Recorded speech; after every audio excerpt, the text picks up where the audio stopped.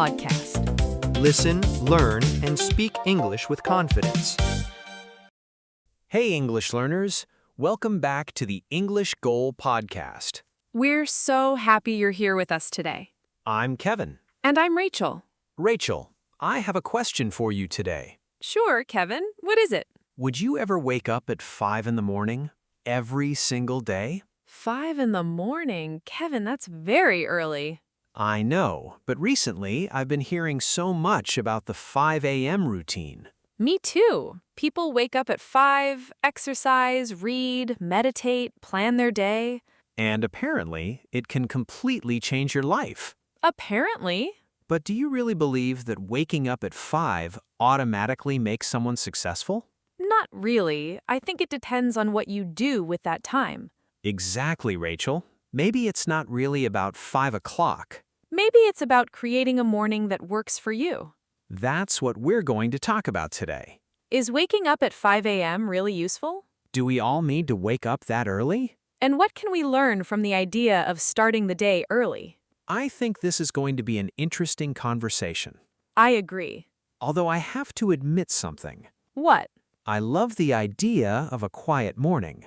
But you also love sleeping. That's true. At least you're honest, Kevin. Always. Rachel, why do you think people like the idea of waking up at 5? I think one reason is that the morning is quiet. That's true. At 5 in the morning, most people are still asleep. There are fewer messages, fewer phone calls, less noise, and fewer distractions.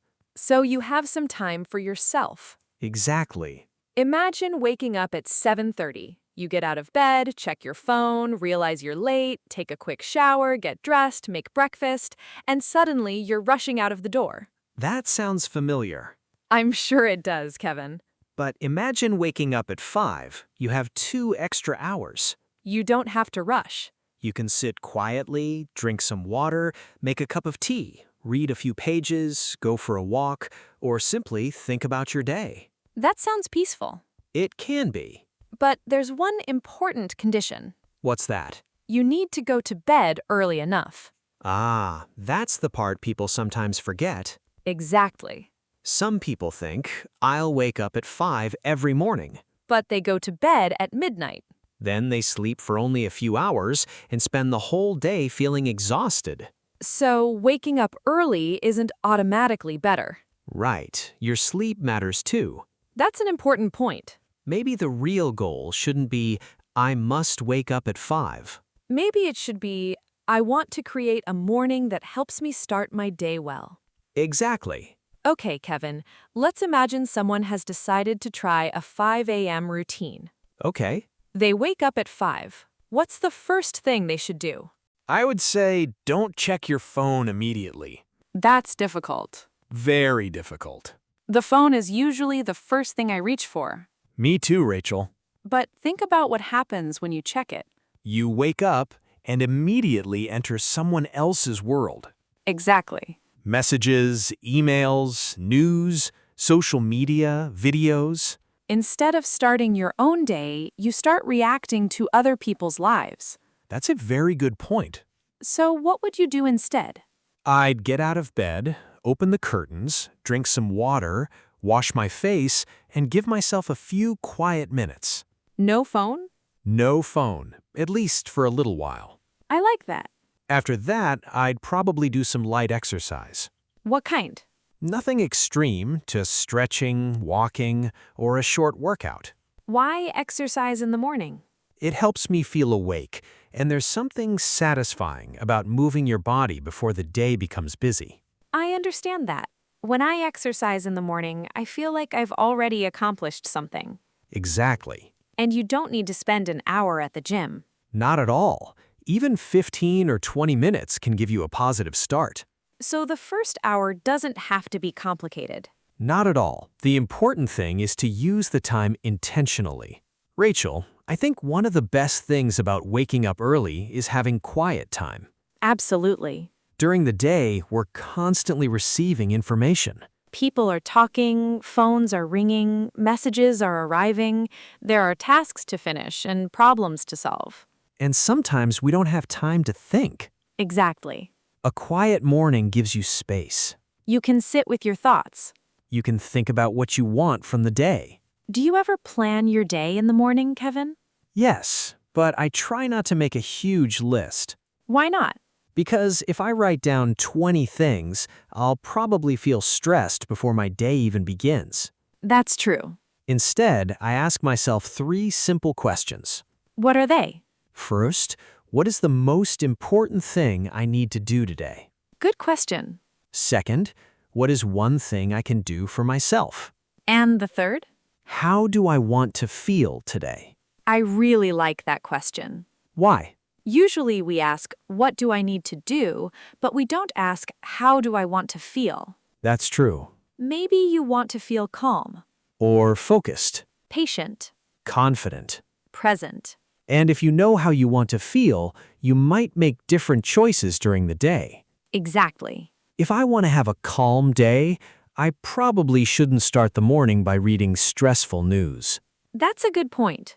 What about reading? A lot of people include reading in their 5 a.m. routine. I think reading can be a great morning habit. What do you like to read, Kevin? Usually something that helps me learn. It could be a book about psychology, business, history, or personal development. Do you think people need to read for an hour? No, even 10 pages can be useful. That's good to hear. Why? Sometimes people create routines that are so difficult that they give up after 3 days. Exactly. They create the perfect routine instead of a realistic routine. What's the difference? A perfect routine might look like this. Okay, let's hear it. Wake up at 5, meditate for 30 minutes, exercise for 1 hour, read for 1 hour, write in a journal, learn a language, plan the whole day, cook a healthy breakfast, and start work by 8. That's a lot. Exactly. It sounds impressive. But can you realistically do it every day? Probably not. A realistic routine might be much simpler. Wake up, drink water, stretch for 10 minutes, read for 15 minutes, plan your top 3 tasks, have breakfast. And that's it? That's it. You can build from there. Exactly. Start small, make it easy, then improve it slowly. That brings us to an important word: consistency. Yes, consistency is often more important than intensity. What does that mean? It means doing something small regularly can be better than doing something huge once in a while. Can you give an example? Imagine you're learning English. You study for 5 hours on Sunday, but you don't study again for the rest of the week. That's not very consistent. Right. Instead, you could practice English for 20 minutes every morning. That sounds much easier. And after 1 month, those 20-minute sessions add up. The same idea works for a morning routine. Yes, you don't need a perfect morning every day. You just need to keep returning to your habits. So if you miss one morning, You don't give up. you simply start again the next morning. Exactly. One missed day doesn't destroy a routine. Giving up completely does. Now let's talk about something important. Does everyone need to wake up at 5 a.m.? Definitely not. I agree. Some people work at night. Some people have children. Some people work different shifts. And some people naturally prefer later mornings. Exactly. There's no magical number. 5 a.m. isn't automatically better than 6 a.m. And 6 a.m. isn't automatically better than 7 a.m. So why does 5 a.m. get so much attention? Because it sounds disciplined. True. But discipline isn't about waking up at a specific time. So what is discipline about? It's about doing what matters to you consistently. That's an important distinction. If you wake up at 8 and use your morning well, that's perfectly fine. And if someone wakes up at 5 but spends an hour scrolling through social media, waking up early hasn't really helped them. Exactly. The clock isn't the important part. What you do with your time is. Rachel, do you believe that the first hour of your day affects the rest of your day? I think it can. How? Imagine you wake up late. You rush. You can't find your keys. You skip breakfast. You get stuck in traffic. You arrive at work stressed. And you're already tired before the day really begins. Exactly. Now, imagine another morning. You wake up with enough time, you drink your coffee slowly, you stretch, you prepare your things, you leave home without rushing. You probably feel very different. Yes, The problems haven't disappeared. But your relationship with the problems is different. That's an interesting way to put it. Your morning can't control everything that happens during the day. But it can influence how you enter the day. Exactly. Kevin, let's create a simple 5 a.m. routine together. Good idea. Imagine tomorrow is your first day. What happens at 5? 5 a.m. The alarm rings. I get out of bed immediately. No snooze button? No snooze button. That's brave. Then I drink a glass of water. 5:05? I open the curtains, take a few deep breaths, and spend 5 minutes sitting quietly. 5:10? Light stretching or exercise for 15 minutes. 5:25? A shower. 5:40? Then I make a cup of tea or coffee. And breakfast? Yes, a simple breakfast. And then? I spend 15 minutes reading. That takes us to around 6. Right. Then I write down my 3 most important tasks for the day. And that's it? That's it. It sounds simple. That's the point. A routine should support your life, not become another source of stress. Exactly. There's one thing I would definitely add to the morning routine. What? English practice. Of course. Imagine waking up early and spending 15 minutes practicing English. You could listen to a podcast, Read a short story, repeat sentences, learn 5 new words, or practice speaking aloud. and you don't need an hour, 15 minutes every morning can make a difference. especially if you practice consistently. Exactly. Imagine listening to an English podcast every morning while drinking your coffee. That sounds like a good routine. And if you're listening to us right now in the morning, you're already doing it. That's true. You can pause this episode and repeat a sentence. Say it again, Copy the pronunciation. then continue listening. That's a simple way to turn passive listening into active speaking practice. Exactly. And over time, those small moments become progress. We have to talk about the phone. I knew this was coming. It's probably the biggest challenge for many people. Definitely. You wake up and your phone is right next to you. You tell yourself, I'll just check one message. Then you check another. Then you open social media. Then you watch a video. Then you read the news. And suddenly it's 5:45. Exactly. Your quiet morning is gone. So where should we keep the phone? If possible, away from the bed. That's a good idea. Then you have to get out of bed to turn off the alarm. Which makes getting back into bed less tempting. Exactly. And if you really need your phone for something, like an alarm or music, try not to open everything else. Use the phone as a tool, not as the first thing that controls your attention. That's a great way to put it. There's another problem with morning routines. People compare them. Exactly. Someone online says, I wake up at 4:30. Another person says, I run 10 kilometers before breakfast. Someone else says, I meditate for 1 hour every morning. And suddenly your own routine feels inadequate. You think, I'm only waking up at 6. I'm not disciplined enough. But that's not fair. Not at all. Your routine should fit your life. Maybe 20 minutes is all you have. That's okay. Maybe you can't wake up at 5. That's okay too. Maybe your best morning begins at 7. That's fine. The goal isn't to copy someone else's routine. The goal is to create a routine that helps you become the person you want to be. That's much more important. Kevin, what's your favorite thing about having a morning routine? I think it's the feeling that I'm keeping a promise to myself. What kind of promise? A small promise. Tell me more. I said I would read, so I read. Okay. I said I would exercise, so I exercise. Right. I said I would practice English, so I practice. Even when you don't feel motivated? Especially then. Why? Because motivation changes. That's true. Some mornings I feel energetic. Other mornings I don't. But a routine gives you something simple to follow. Exactly. So you don't have to ask yourself every morning, do I feel like doing this? Exactly. You already made the decision. Yes. That's useful. because making too many decisions can be tiring.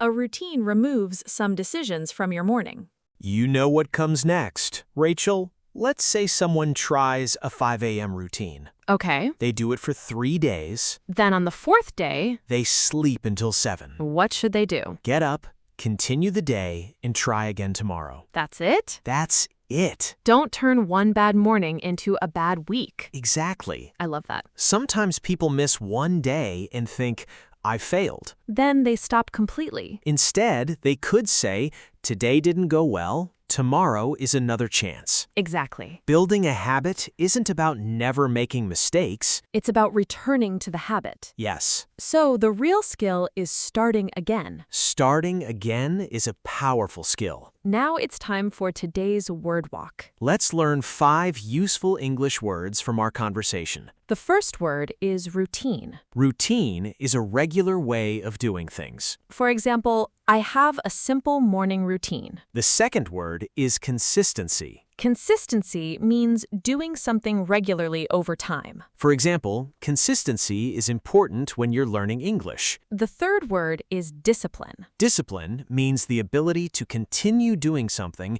even when you don't feel like doing it. For example, learning a language requires discipline. The fourth word is distracted. Distracted means unable to concentrate because something is taking your attention away. For example, I get distracted when I check my phone while studying. And the fifth word is intentional. Intentional means doing something deliberately with a clear purpose. For example, I try to be intentional about how I spend my morning. Rachel, after this conversation, I'm not sure I need to wake up at 5. Neither am I, Kevin. But I do think I need a better morning routine. Me too. Maybe that's the real lesson. It's not about waking up at exactly 5 o'clock. It's about creating some time for yourself. Time to think. Time to move. Time to learn. Time to prepare. Time to decide how you want to spend your day. Your morning doesn't have to be perfect. It doesn't have to be complicated. And it doesn't have to look like someone else's morning. Start small. Maybe wake up 15 minutes earlier. Drink some water. Stretch. Read a few pages. Practice English. Write down one important goal. Then do it again tomorrow. And the next day. Because small habits become routines. And routines can slowly change our lives. So if you want to try a 5 a.m. routine, go ahead. But remember, don't sacrifice your sleep just to wake up early. And don't compare your morning with someone else's. Find a routine that works for you. And if 5 a.m. doesn't work, 6 a.m. is okay. 7 a.m. is okay. The important thing is how you use the time you have. And if you're listening to this podcast while starting your morning, You're already taking one small step toward your English goal. keep listening, Keep speaking, keep practicing. and keep building the life you want, one small habit at a time. I'm Kevin, And I'm Rachel. and you are listening to the English Goal Podcast. Keep learning, Keep growing. and remember, Your English goal and your life goal are both closer than you think.